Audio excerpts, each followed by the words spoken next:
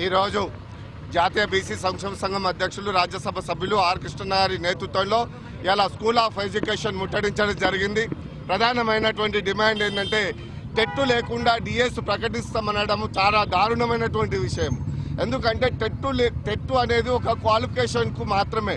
టెట్టులో వచ్చినటువంటి మార్కులు వెయిటేజ్ మార్కులు డిఎస్సికు ఉపయోగపడతాయన్న ఆలోచనతోనే ఇలా టెట్టు నోటిఫికేషన్ ప్రతి ప్రభుత్వంలో, గత ప్రభుత్వంలో తెలంగాణలో కానీ ఆంధ్రప్రదేశ్లో కానీ అదేవిధంగా కర్ణాటక, బీహార్ పక్కనున్న రాష్ట్రాలలో కూడా టెట్టు లేకుండా డిఎస్సి ప్రకటించిన దాఖలు ఏ రాష్ట్రంలో కూడా లేవు.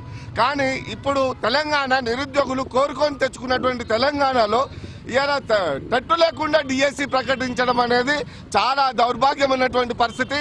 టెట్టు లేకుండా డిఎస్సి వేస్తే డిఎస్సి బీఈడి విద్యార్థులు ఎవరు కూడా ఊరుకోరు. గత ప్రభుత్వంలో టెట్టు వేశారు, కానీ 5 లక్షల మంది విద్యార్థులు రాస్తే 10% మాత్రమే ఉత్తీర్ణులయ్యారు. మరి మిగతా శాతం అంతా ఫెయిల్ అయ్యారు. కాబట్టి టెట్టు లేకుండా డిఎస్సి ఎట్లా ప్రకటిస్తారు? గత ప్రభుత్వంలో వేసినాయని ఈ రాష్ట్ర ప్రభుత్వం కొట్టేసింది, అన్ని జీవోలు కూడా తీసేసింది. కానీ ఈసారి డిఎస్సి వేసి టెట్టు వేయకుండా ఏ రాష్ట్ర ప్రభుత్వం, ఏ అధికారులు చెప్పారు? దేవసేన గారు అదేవిధంగా బుర్ర వెంకటేష్ గారికి నేను గుర్తు చేస్తున్నా. సీఎం గారి కంటే తెలియదు. మీరు విద్యాశాఖ ప్రిన్సిపల్ సెక్రటరీ కాదా? మీరు ఎట్లా టెట్టు లేకుండా మీరు ఎట్లా ఎంకరేజ్ చేస్తారు? అదేవిధంగా స్కూల్లో ఒక డ్రాయింగ్ టీచర్ లేడు, ఒక క్రాఫ్ట్ టీచర్ లేరు, ఒక టైపిస్ట్, ఒక అటెండర్ లేరు, ఒక జూనియర్ అసిస్టెంట్ లేడు. ఇవాళ స్కూల్ అసిస్టెంట్ల పోస్టులు దాదాపుగా మన జోనల్ 1 ఇచ్చారు.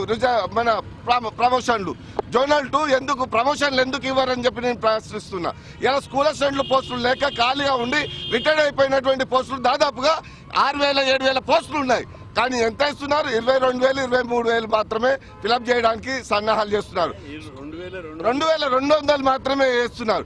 మీరు వెంటనే దాదాపుగా 4-5 వేల పోస్టులు స్కూల్ అసిస్టెంట్ పోస్టులు ఖాళీగా ఉన్నాయి. అవన్నీ భర్తీ చేస్తూ అదేవిధంగా డ్రాయింగ్, క్రాఫ్ట్ అండ్ అన్ని టీచర్ పోస్టులలో ఖాళీగా ఉన్నటువంటి సబ్జెక్టులు ప్రతిదీ కూడా ఫుల్ఫిల్ కావాలంటే మెగా డిఎస్సి వేయాలి. మెగా డిఎస్సి అంటే ఎంత?